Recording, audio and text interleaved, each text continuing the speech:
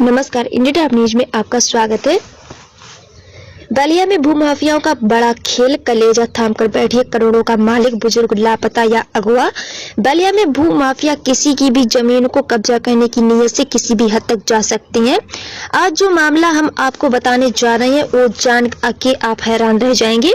दरअसल मामला रसला थाने बलिया बांध बबू रहनी का है, जहां पर लगभग 5 साल पहले एक मानसिक रूप से कमजोर बुजुर्ग व्यक्ति अचानक गायब हो जाता है।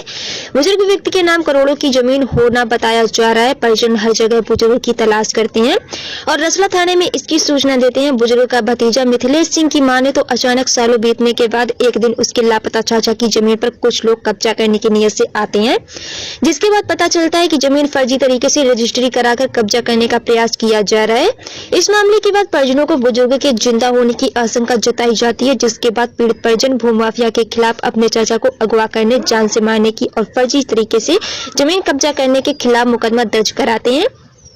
इसी बीच लापता बुजुर्ग के बलिया रसला थाने में होने की सूचना मिलती है। आरोप है कि रसला थाने की कोतवाली को मामले की विवेचना सौंपी गई है, लेकिन पुलिस परिजनों को बुजुर्ग से मिलने तक नहीं दे रही है। पीड़ित भतीजे की माने तो चाचा मानसिक रूप से कमजोर है और उनकी शादी भी नहीं हुई है, जिसका फायदा उठाकर कुछ भूमाफिया ने चाचा को अगवाकर फर्जी तरीके से उनकी जमीन को कब्जा करने का प्रयास कर रहे हैं। वही मामले के विवेचक रसला थाने की कोतवाली पर भूमाफियाओं के साथ मिलीभगत होने की आशंका जताई है, जिसे लेकर पीड़ित ने बलिया एसपी से मुकदमे से संबंधित विवेचना जिला अधिकारी बदलने की अपील की है। जी, आपका परिचय? जी, मेरा नाम मिथिलेश सिंह है। मिथिलेश जी, क्या मामला है? आज आप जिला न्यायालय पर आए हुए हैं। जी सर, मेरा ये मामला है सर कि मेरे चाचा जो हैं चंद्रभान सिंह मंदबुद्धि के हैं, वो उनकी शादी वगैरह नहीं हुई थी। उनके पास करोड़ों की संपत्ति है और उस संपत्ति के लालचे में कुछ लोग उनको अगवा करके यहाँ से हमारे गांव रसड़ा थाना से उठा ले गए थे उनको, और बहुत खोजबीन छानबीन करने के बावजूद नहीं मिले। बाद में उनको जब ज़मीन रजिस्ट्री सब करा लिए वो, उसके बाद जब वो ज़मीन पर घेराबंदी के लिए आए तब हम लोग को मालूम हुआ कि लोग ज़मीन रजिस्ट्री करा लिए हैं। उसके बाद हमने गुमशुदगी का रिपोर्ट वगैरह सब दर्ज कराया, इसमें पेपर में भी निकलवाया, लेकिन उसका कहीं अता पता नहीं चला। 156 के तहत हम लोगों ने मुकदमा कायम किया। मुकदमे में वो लोग हाजिर किए हैं, यहाँ पर लाए हैं। कौन लाया है? कौन है वो लोग? वो लोग जो है कोतवाल साहब हैं, उसमें जो लेकर के आए पुलिस के कस्टडी में आए हैं, और विपक्षी पार्टी जो है लौ सिंह। अच्छा, विपक्षी पार्टी लौ सिंह। हाँ, कौन है ये लौ सिंह? कौन? लौ सिंह उनका कोई नहीं है। कोई नहीं है। लौ सिंह कहाँ के रहने वाले हैं ये लोग? ये जिला गाजीपुर जखनिया के रहने वाले हैं ये। तो लगभग कितने कट्ठे जमीन पर कब्जा करने का प्रयास कर रहे हैं और क्या कीमत होगी उसकी? उसकी कीमत सर करोड़ों से ऊपर की है और लगभग लमसम 5 जगह से ऊपर की जमीन है उनकी। और ये कब लापता हुए थे आपके चाचा जी? कोई मौजे में जमीन है उनकी।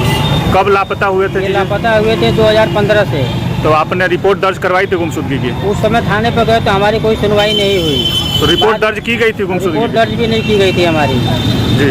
उस समय थाने में हमारी कोई सुनवाई नहीं हुई और हम लोग बहुत इधर उधर रिश्तेदार के यहाँ हित ही नहीं थे, इधर उधर हर जगह ढूंढे, परेशान हो गए, कहीं नहीं मिले।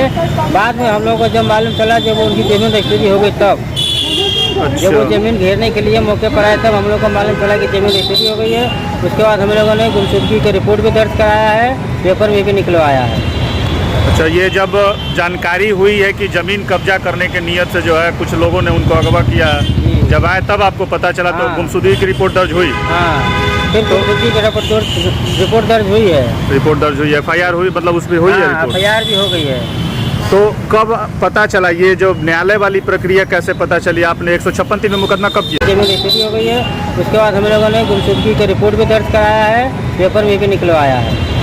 अच्छा, ये जब जानकारी हुई है कि ज़मीन कब्जा करने के नियत से जो है कुछ लोगों ने उनको अगवा किया, जब आए तब आपको पता चला? तो गुमशुदगी की रिपोर्ट दर्ज हुई? हाँ, फिर गुमशुदगी की रिपोर्ट दर्ज हुई है। रिपोर्ट दर्ज हुई है, FIR हुई, मतलब उस पर हुई है रिपोर्ट? FIR भी हो गई है।